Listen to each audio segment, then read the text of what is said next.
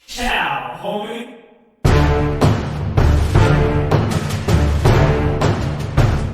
What's up, YouTube, or for my Finnish-speaking friends, Sinä. Tube. Welcome back to My Block's Strongest Man, where we discuss all of the techniques you can use with implements around your home and your property to get in that exercise and burn those calories where you would otherwise be just sitting around on the couch doing nothing. I want to be inspirational, show you the lifts that I do as an everyman or slightly above strength everyman to show you that you too can do these things and be productive and be in the best shape of your life. So today's discussion is going to be about why I like Eddie Hall's story so much about one of the strongest men in history, his 500K deadlift, his life and times that led up to that point, and then My Block's Strongest Man is going to jump in and see how he measures up to that level of strength. So why don't we get started? So Eddie Hall was born on January 15th, 1988. He's in English. So Eddie Hall was born on January 15th, 1988, in Newcastle-under-Lynd, Staffordshire. As a teenager, he was a successful competitive swimmer, which most people don't know. He often says that he was on like the equivalent of a junior Olympic team swimmer. So you can imagine, even today, he seems to be a really fast swimmer and has retained that even at his gigantic size. So he attended high school but was expelled at the age of 15 and started receiving in-home tutoring.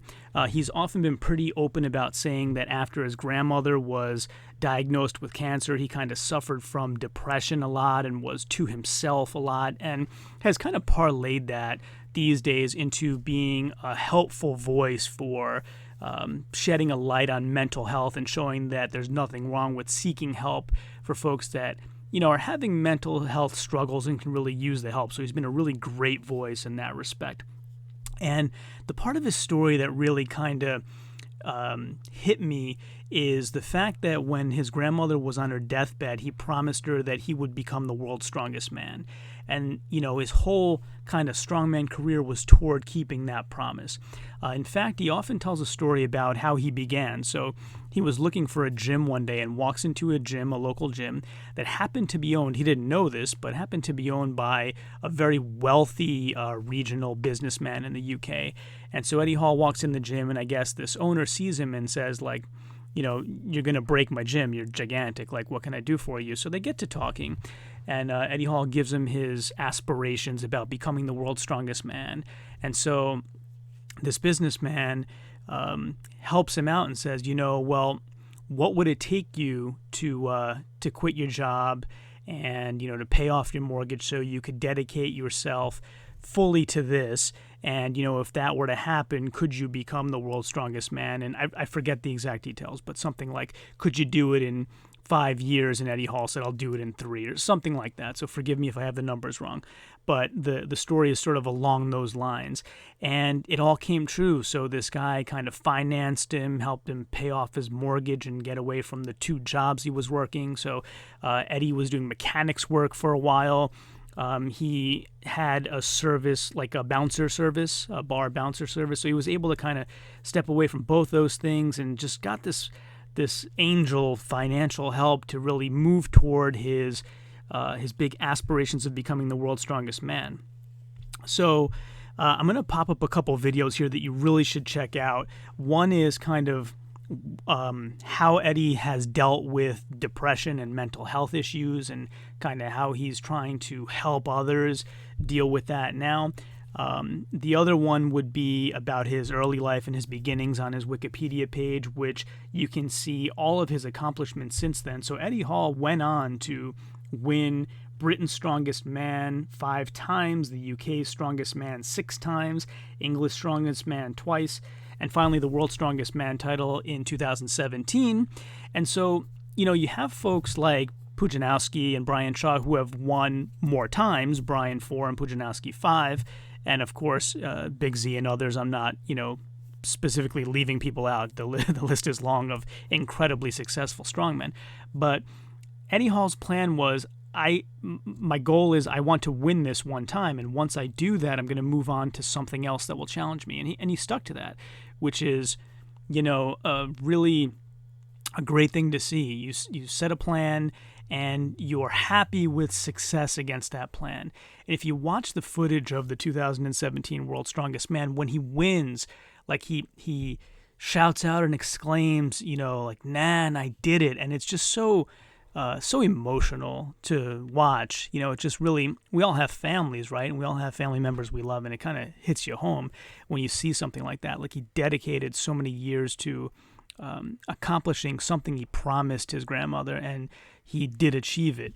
And so that's a bit about the background of Eddie Hall and how he got to be World's Strongest Man.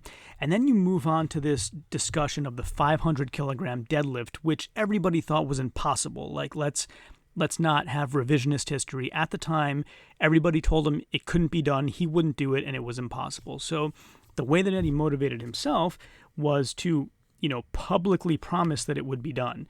So he took a full year to train for this, and never got close to it in the gym. Never got close as relative terms, right? I think he got up to like 450 or 460 kilograms in the gym, which, when converting to pounds, it's still a ways off, but it's still an impossibly high mark for any average person to even fathom that kind of weight. And so he would practice in the same way that he planned on performing in front of the crowd, and that would be like to stomp out of the restroom, kick the door off the hinges, attack the bar like he would normally.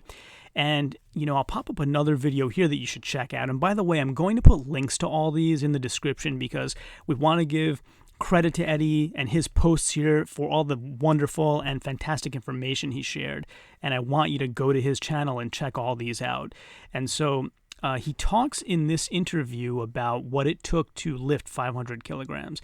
And it wasn't just strength. Like, he worked with scientists and psychologists, and he really had to make his mind go to a very dark and disturbing place, the details of which he's not even able to discuss in public. And so he also talks about the aftermath, which, he had health issues, bleeding from his ears and his nose, and all kinds of dizziness, and can barely stand for 2 weeks and things like that. So it just goes to describe to all of us who can't fathom attempting a challenge of this magnitude kind of what it takes to achieve that, the sacrifice. I mean, we see these athletes on TV, and if they aren't perfect, we always have something to say about it. But the amount of sacrifice is something that we can't imagine sometimes. And so I really wanted to give Eddie a lot of credit for making a promise, really working incredibly hard to reach it, and then stepping away to move on to new challenges when he reached that, when he succeeded in gaining that achievement.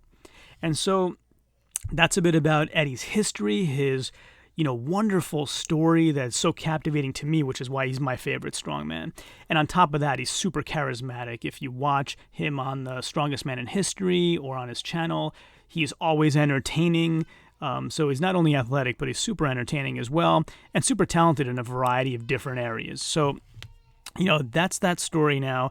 And so what I want to do is see how close I could get to that 500 kilogram deadlift that he did. Now, let me be frank. I've never deadlifted in my life, so it's not something that I've spent years and years and years trying to build up abilities in, nor am I anywhere near Eddie's size. He is 6 to 7 inches taller than I am, and almost exactly twice my weight. So, however, when I go attempt this, you'll see that even using that math, like, hey, I'll see if I can lift half of what he lifted, even that is like astronomically impossible.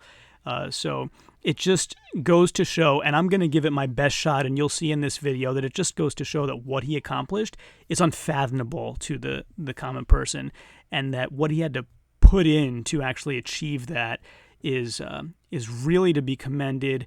And, I won't mention names, but for the folks who have tried to tear him down and take away his accomplishments and achievements, shame on you, especially those that have worked as hard in their own careers. You should know what it takes. And, we should be complimentary and look at these folks like heroes and kind of push each other up, not tear each other down. So that's the message here. So why don't we cut away to what happened when My Block's Strongest Man tried this out, and we'll talk to you soon.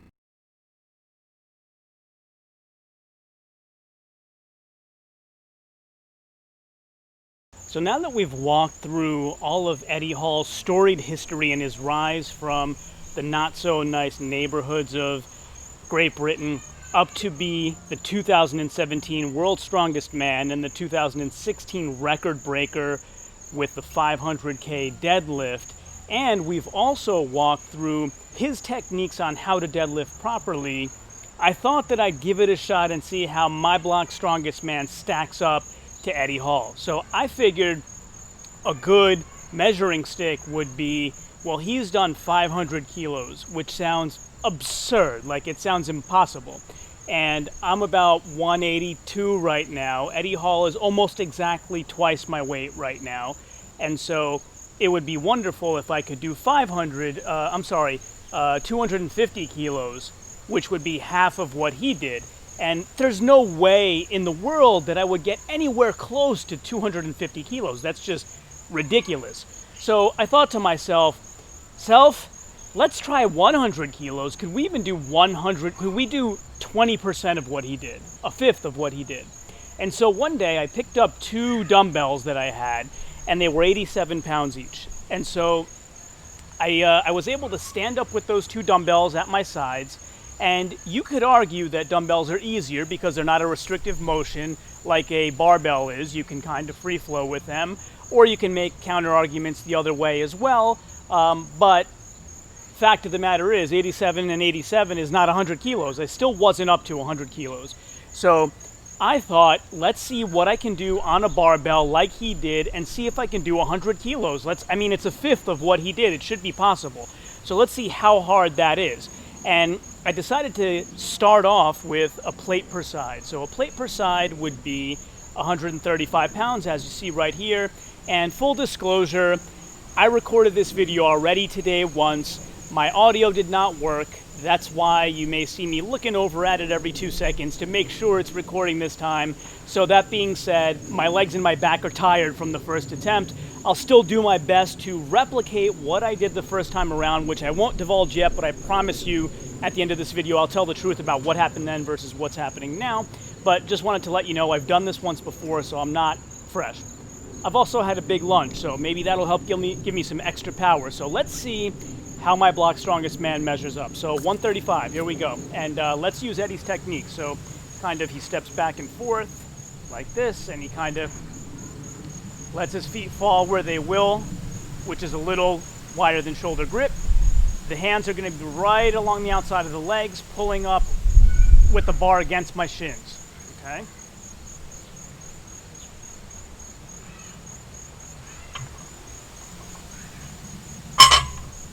So pretty simple. 135 was pretty simple.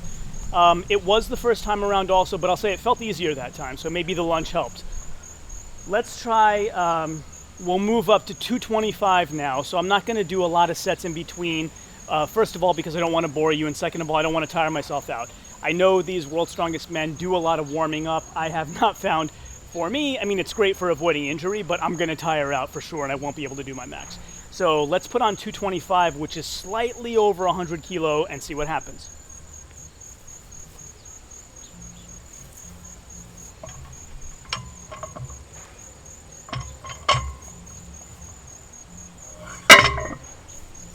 So it's basically going to be another 45-pound plate per side.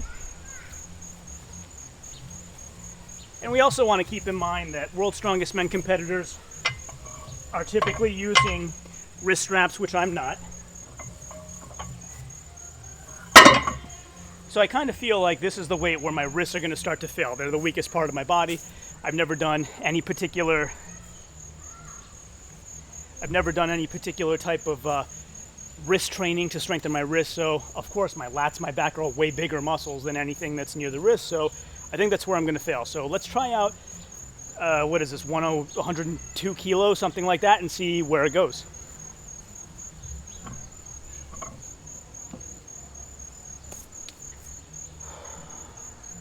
So same routine, let the feet kind of fall a little wider than shoulder width, hands right outside, and the bar is going to be as close to the shins as possible.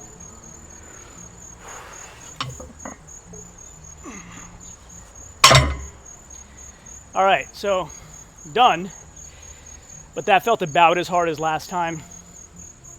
Forearms are really feeling it. Oof, that hurt. So I don't know if I can do any more than that, but full disclosure, what we did last time was I put on 35-pound plates on each side last time, so not another full 45-pound plate, and that was, what does that come out to? 295. And I was able to barely budge it off the ground, but not a rep. And I felt a lot of pain right there, so I don't know that I'm going to be able to replicate that. I'm trying to wonder if I should go with 25s on each side anyway and try to get the rep. Let's do that. Let's put on 25s on each side. And the other thing I'm going to try to do, which I kind of learned last time around, is switch up the grip. So as you saw, I was doing double overhand grips, which worked okay now. I didn't feel any failure. But the higher weight, the 295, definitely my wrist gave out. And I had to switch to an over-under grip, which I'll try here. And so again, I'm going to add 50 pounds, so it'll be 275, and let's see what happens.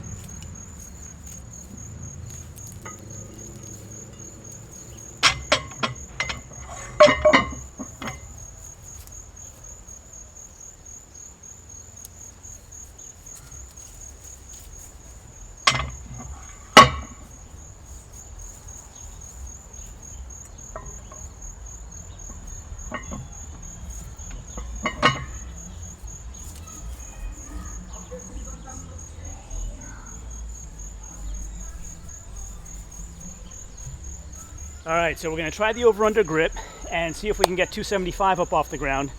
Keeping in mind, guys like Rob Kearney are doing like close to 500 pounds pressed over their head, which is freaking absurd. I can't even get half of that, well, about half of that off the ground. So it's amazing what these guys are doing. Rob, Brian Shaw, Robert Oberst, Laurence Shahlaei, all those guys, Iron Bibby, Eddie Hall, they're just lifting weights that when you try it as an average everyday, or like me, slightly stronger than everyday guy, you really feel like how impossible it is. So let's go for 275 and see where we go. And in fact, Big Laz, you actually subscribed to my channel today, which is awesome. You made my month, maybe my year. It's just amazing that like somebody of your notoriety would subscribe to me and like what I'm doing. So I'm gonna keep pushing hard for you and for all my other subscribers and making great content. Maybe that'll give me a little extra power to get this one up. So let's try it. Here we go.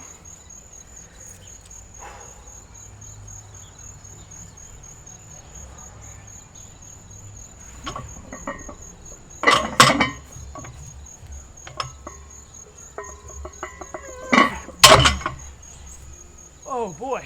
So, oh, that hurts. So I wouldn't call that a total lockout of the back, but it was pretty close. And I think it's because I'm not warmed up. I'm really feeling a lot of pain, but I would say I had the strength to lock that one out, but not a pound more. So 275, we did it.